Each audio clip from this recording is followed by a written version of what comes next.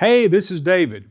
Today we're going to show you how to test and replace the thermal cutoff on your Samsung electric dryer.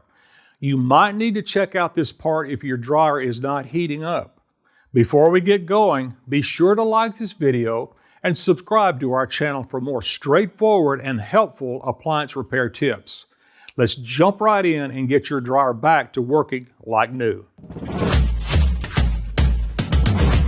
With over 2 million products in stock and the know-how to help you do it yourself, we are AppliancePartsPros.com.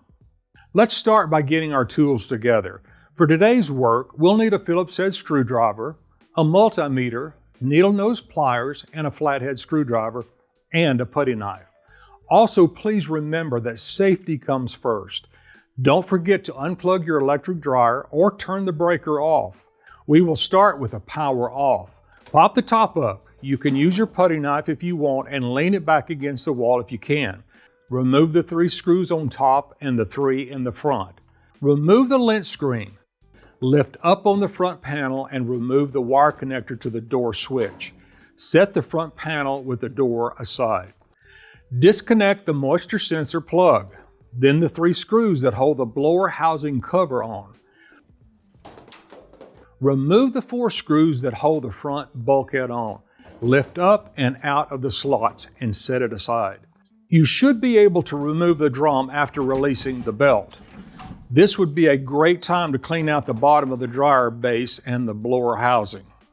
With the drum out, it will be easy to test the thermal cutoff. It will be located on the heater housing. It will be the part that is closest to the rear bulkhead. Remove one of the wires, set your meter for continuity, and check across the 2 terminals. If your meter beeps showing continuity, it's good. If it doesn't, it is defective and will need to be replaced. If you'd like to know more about how to use a multimeter, we've put together a comprehensive tutorial for you, so check out the link in the description. Remove the 2 wires from the cutoff along with the 2 screws holding it in place.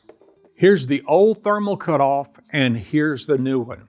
If you've already got one, great. If not, you can pick one up at AppliancePartsPros.com. Install the new cutoff using the 2 screws and attach the 2 wires.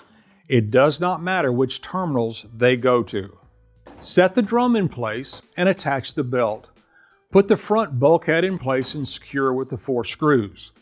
Put the blower housing on, insert the lint screen, and reach over and connect that moisture sensor plug.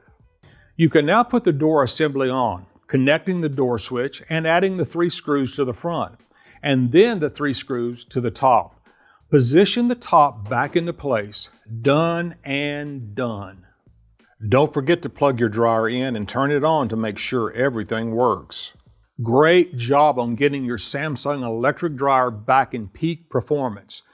We'd love to hear how your repair journey went, so feel free to share your experience with us in the comments below.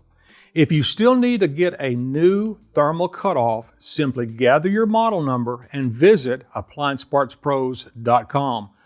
Most orders arrive in just a few days.